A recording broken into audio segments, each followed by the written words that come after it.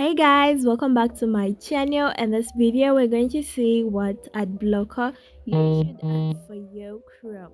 So this is going to be a free app, a free ad blocker extension that we're going to be using for our Chrome. So stick around to find out which one. So first we're going to go to Chrome and we're going to be searching for the ad blocker, and it's going to be ad block. So you go to your search and then you just type in ad block and enter.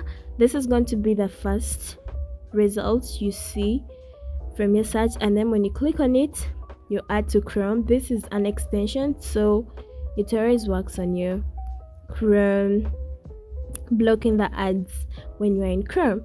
So after adding it to Chrome, you wait for a few seconds till it shows that it is added to Chrome, and then it can bring remove from Chrome, as you can see. So that shows that it has been added, and then you can surf the web or even watch YouTube videos without seeing any adverts. I mean, that's a cool thing about this amazing extension.